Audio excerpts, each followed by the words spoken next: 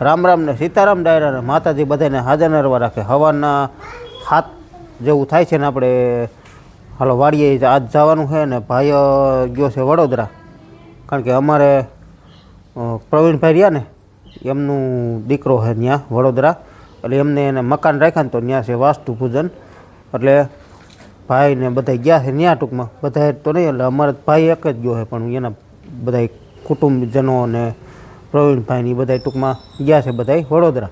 એટલે દવા આપણે તલ વાવ્યા ને એમાં સાટવી છે અને બાયું આવે છે તો બાયુને ડુંગળીમાં મગફળીના અરોડા છે ને કોક મોટું મોટું ખડ રહી ગયું હોય એટલે એ લેવાનું હોય. એટલે અમારે ત્રણેયને જવાનું હોય વાડીએ. હવે કોણ કોણ આવે જોઈએ હવે આગળ. તો હાલો આપણે મીરાદાઈ બંધાઈ ગઈ છે. મીરાદાઈ શાંતિથી બાંધી છે. હાલો હું મીરાના દર્શન કરું તો તમે વિડીયોને લાઈક આપીને તમામ ગ્રુપમાં શેર કરી દીજો. ચેનલ ઉપર નવા હોય તો ચેનલને સબસ્ક્રાઈબ કરી દીજો. જય ગૌ માતા, જય ગૌ માતા. નંદી મહારાજ અહીં બાંધો તો નંદી. હાલો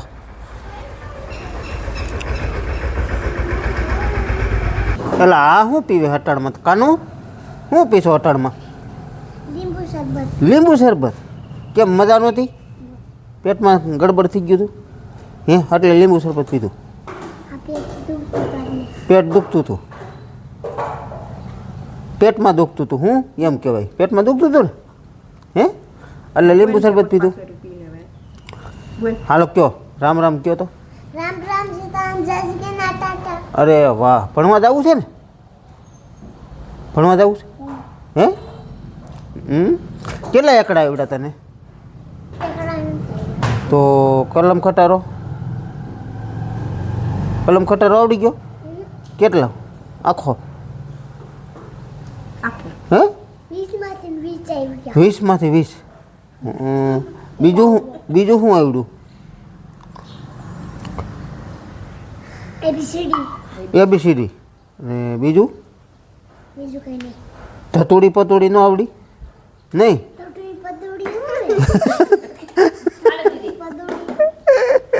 એકડા આવડી ગયા ઘણા ખરા. એટલે ક્યારેક પછી બોલાઈશું આપણે નવરા હઈશું ને ત્યારે. અરે હઈશું ને ત્યારે બોલાય. ઘણા આખ બોલતો હોય કાબા. સીતારામ ને જય શ્રી કૃષ્ણ બધાને. 10 નહીં વધારે આવડે. આરે જે તો ઘણા બોલે. ઘણા આડે તળી મંડે બોલવા. દીકુ તું તો કાંઈ બોલે નહીં. નાસ્તા બોક્સ લેવા ગઈ હતી? શું નાસ્તા લઈ જા? સેવડો. બીજું કાંઈ નહીં. ઠીક હાલો કયો સીતારામ. અરે વાહ, જો બાઈ બેસી ગયા છે. સીતારામ ને જય શ્રી કૃષ્ણ બધાને. તમારે આવું વાળીએ કે આરતી આવે? જે ના હોય ને તમારે આવું તમે આવો. હું આવું ના ના એમ કરવું છે બાનર? ડુંગળીમાં ખાલી અરોડા લેવાના હે ઈ. અરે એ લીવો નહીં કાંઈ નહીં પણ ઓમ પથવારો કરાવો તો ઘણું ને એમ લેતા જ કાંઈ અરોડા એક વાવણીયું થાય એમ છે બધામાં. એ કહું વાહ. સીતારામ ને જય શ્રી કૃષ્ણ બધાને. એમ કરવું એમ મૂકી આવું ખરા ને પેલા હાલો એમ કરો. મિત્રો વાડીએ પૂગી ગયા ને આપણે વાડીએ પૂગીને સીધો હું આવી ગયો આપણે તલનું વાવેતર કર્યું એમાં. કારણ કે એમાં આપણે સાટવી હતી દવા ખળની ગ્રામોક્ઝન, એટલે કે ઝટપટિયું કે તત્કાલ. ઘણા નોખી નોખી ભાષામાં સમજતા હોય. એમાં ટૂંકમાં હે ને પાક આપણે વાવી પછી ઉગા પહેલાં જો મારી દઈ તો ઝીણો ઝીણો ઉગાવો હોય ને બધો એ આવડું આવડું ખડ હોય ને ત્યાં સુધીનું એ તમારે અત્યારે સાટી હોય હાન સુધીમાં બધું ખડ બરી જાય. એટલે ગ્રામોક્ઝોને કહે, તત્કાલે કહે, ઝટપટી કહે, પણ આપણે આમાં સાટવી હતી દવા પણ અત્યારે સટાઈ એમ છે નહીં. કારણ કે એનું કારણ એવું છે કે ખડ તો હજી ક્યાંક નથી દેખાતું પણ તલ દેખાઈ ગયા બધાય. તલ જેટલું પહેલે દિવસનું પીધેલું હતું ને એ બધાય ટૂંકમાં ઉગી ગયા છે. એટલે હવે જો સાટી દવા તો તલ હોતી બરી જાય ને. એટલે અને આવું તો પહેલી વાર બન્યું કે આપણે વાવ્યા અને ચોથે દિવસે સીધા જમીન બહાર આવી આવ્યા. નકર તલ કાયદેસર 5 દિવસે ઉગતા હોય. અને જોકે અત્યારે થોડુંક વાતાવરણ એવું છે, ચોમાસું જમીનમાં ભેજ પૂરો, એટલે બધું ટૂંકમાં છે ને વહેલું ઉગે. અને ખડ જોકે ઉગશે, અને આ ખડ તો આપણે ડેમવાળું ખેતર છે એટલે આમાં ખડ તો થાય જ છે, બરાબર. તો ખડ ઉગશે તો હવે નીંદવું જોઈએ અને કાંઈક થોડું ખાતીમાં પડશે. બાકી તો પછી કાર્યું હોય છે ને તલ થોડાક મોટા થાય તો એમાં પછી આગળ જોઈએ હવે ખડની દવા આવે છે એ છાંટશું. બાકી તો અત્યારે છટાય એમ નથી. એનું કારણ એવું છે કે તલ બધાય જો કાયદેસર કમ્પ્લીટ હાયરુના જે આપણે પટ્ટા વાવેલા છે એ પટ્ટા કાયદેસર દેખાય છે. તો આમાં વિડીયોમાં તો દેખાય, બાકી મને તો દેખાય છે હાઈ ક્લાસ. આપણે નરી આંખે જોઈને એટલે હાઈ ક્લાસ દેખાય છે. એટલે છાંટવામાં થાય છે એવું, એટલે કાંઈ આપણે એટલે છાંટવામાં એવું થાય છે કે આપણે છાંટીને તો તલને નુકસાની થાય એવું છે. અને એ તત્કાલ દવા એ બધાય પાકને બારી નાખે ટૂંકમાં. પછી લસણ હોય તો ભલે, ઘઉં હોય તો ભલે, કોઈ પણ પાક ઉગ્યો હોય ને એની પહેલાં ટૂંકમાં આપણે મારી શકીએ. બાકી ઉગી ગયા પછી ટૂંકમાં ન હાલે. એટલે આપણે એ દવા કંઈ છાંટવી નથી. અને હવે તમને તલનો જરાક ઉગાવો બતાવું કે કેવો, તો થોડુંક ઝૂમ કરીને બતાવું એટલે ખ્યાલ આવે. આ રીતના એક પારાની પડખે છે આ પટ્ટો, પછી એક આ વૈસે છે, પછી આ પારાની પડખે છે. એટલે કમ્પ્લીટ આ રીતે દેખાય છે બધાય 3 પછી આ પાટલું છે અને અહીં પાટલું છે.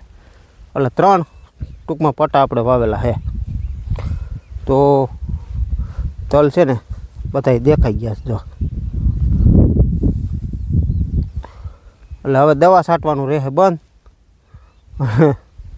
હવે આગળ થાય હાસું. બાકી જો દવા છટાઈ ગયો તો ખડ એમ ક્યાંય દેખાતું નથી. કારણ કે ખડ હશે કદાચ આમ 50 ને એમાં કોક છોડવા પાકેલા હતા તે એમાં કદાચ હોય. બાકી આમાં તો ક્યાંય દેખાતું નથી.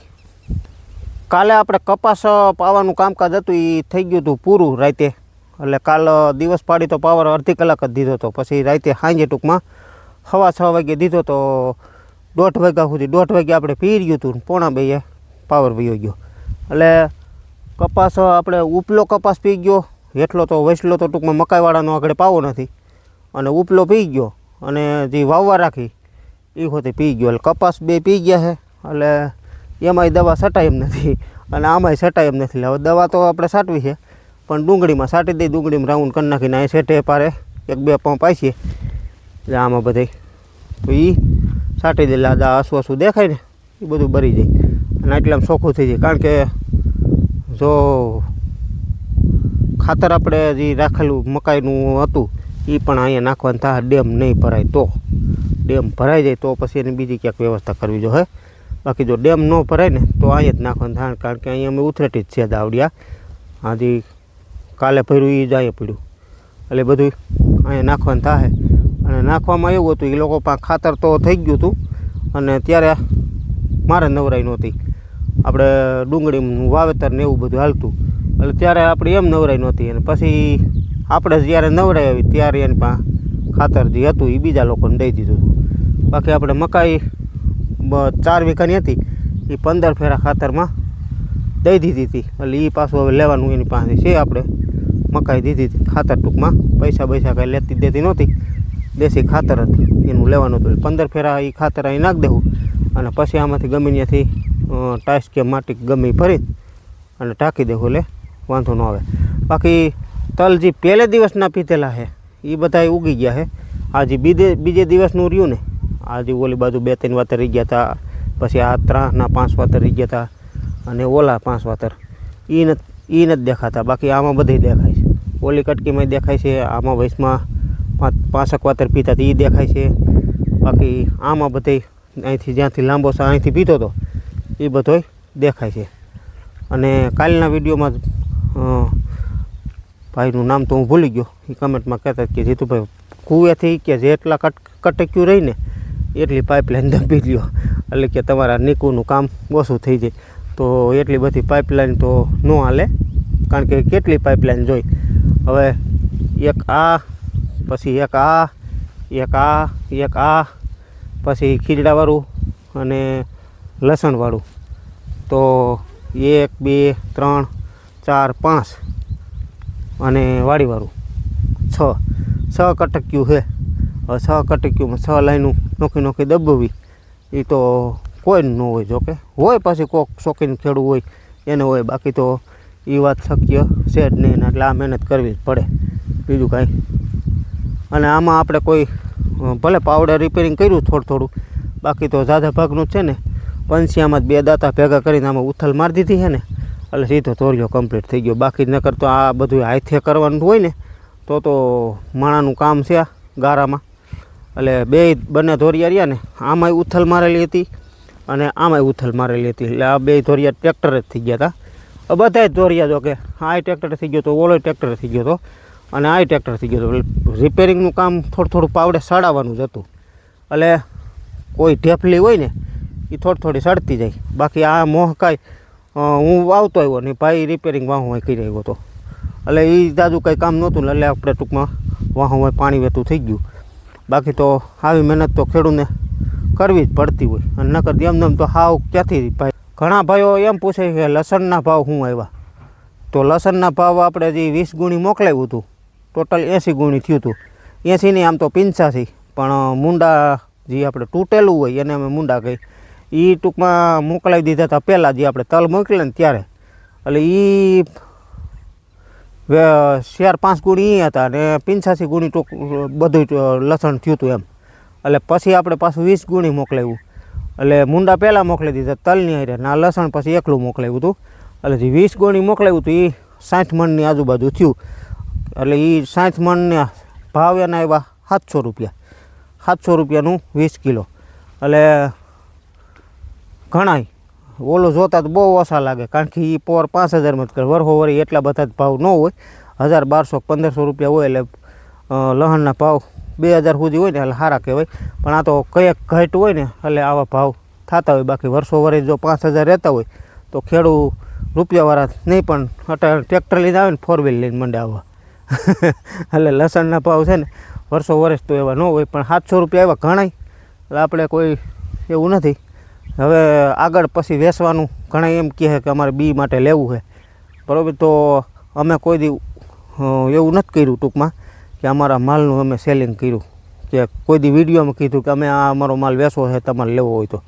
પણ છતાં તમે સામેથી પૂછો છો તો અમારે વેચવાની ગણિત હશે તો પાછા વિડીયોમાં કે જા સાસુઓની જોડી પાછી મંડી નીંદવા. હમણાં જોડી તૂટી ગઈ હતી, બા પાછા આજ આવ્યા. બાને ના પાડીને તોય નીંદે જો. હે બા કેમ તે નીંદવા માંડ્યા? થાકી જાલું બેસી જાવ. એટલે નીંદવામાં તો આમ કોઈ બીજું મોટું ખડ નથી, પણ છે ને એ મગફળીના અરોડા છે અને એ પારવા જ છે જ આ રીતે. બાકી કોક સયો છે એ. બાકી મગફળીના અરોડા છે ને એ કોક રહી ગયા છે, કોક ઝીણી દૂધલી રહી ગઈ હોય. કારણ કે એકવાર તો આપણે આમાં નીંદી નાખ્યું છે એટલે નીંદાઈ ગયું છે ને એ ફાયદો મોટો. બાકી બીજું ખડ છે જ નહીં. કોક જો આવી છે ને હા તો એ ઝીણી દૂધલી હોય ને તો એ રહી ગઈ હોય ને, આ કાળી દૂધલી છે એટલે લેવી પડે.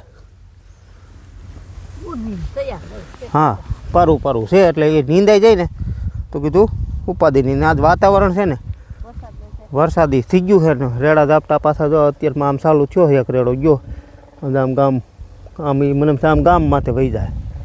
આ બાજુથી આમ ગયું અને આ બાજુ જો આ કેવા વાદળા બધા ગટા ટોપ થયા, પણ વરાવવા માંડે ને તો સારું કાબા.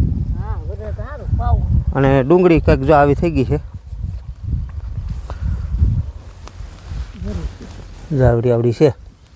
આમાં રાઉન્ડ કરવો આપણે આખડીએ, એટલે જો સાટા ન આવે ને તો કરી નાખી. મિત્રો વાગવામાં 9 જેવું થાય છે ને આપણે જો આજ તો વરસાદ ચાલુ થઈ ગયો છે ઝીણો, અને આમ એક રેડો સારો આવી ગયો.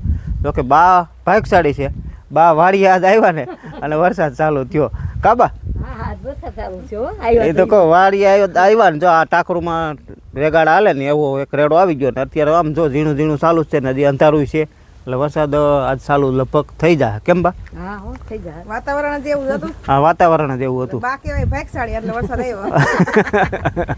બા ભાગશાળી છે એટલે વરસાદ આવ્યો કાબા. નીંદવામાં તો કેટલા વાતે નીંદા? 4 નીંદાણા તા વરસાદ આવી ગયો કા. એટલે નીંદવામાં તો એમ કાંઈ બહુ કંઈ ખાસ હતું નહીં. મગફળીના અરોડા એ તમને મેં આગળ બતાવ્યું. મગફળીના કોક અરોડા જે આપણે રહી ગયેલા હોય અને ઓલો એકવાર તો આપણે નીંદી નાખ્યું કા સ્યારેથી. તઈ ખડ હતું હા, બે ભાઈ ને બે બાયુથી ટૂંકમાં સ્યારેથી નીંદી નાખ્યું હતું. અને તઈ આપણે વિડીયો બનાવતા પણ એ કંઈ મુકાય એવા હતા, નહીં કારણ કે હતો ને પવન જ એવડો હતો, એમાં ઘોંઘાટ જ આવે ન કરો શું અમારે કરવું. પછી એવું થતું એટલે નીંદવા ત્યારે આવતા ને જે ડુંગળી નીંદતા કેટલા દી 2 દી નીંદી કા તે બહુ ખડ હતું. આ કર્યા હતા ને અને ખડે એટલું હતું, ખડ હતું વધારે ખડ બહુ હતું. અને વરસાદ આમ જો કે ચાલુ થઈ ગયો, બા તો કાયદેસર ભાગશાળી છે જ ને, આ રીતના બધું ભીનું થઈ ગયું ને હવે થઈ ગયો ગારો. એટલે હવે ડુંગળી આમ જો કે પાયેલી છે એટલે એમાંય થઈ ગયો ગારો. એટલે વરસાદ આમ હવે સારો આવે ને, સારો આવી છે બા કેમ થા આ તો આવી ગઈ. આવે જ ને. હા.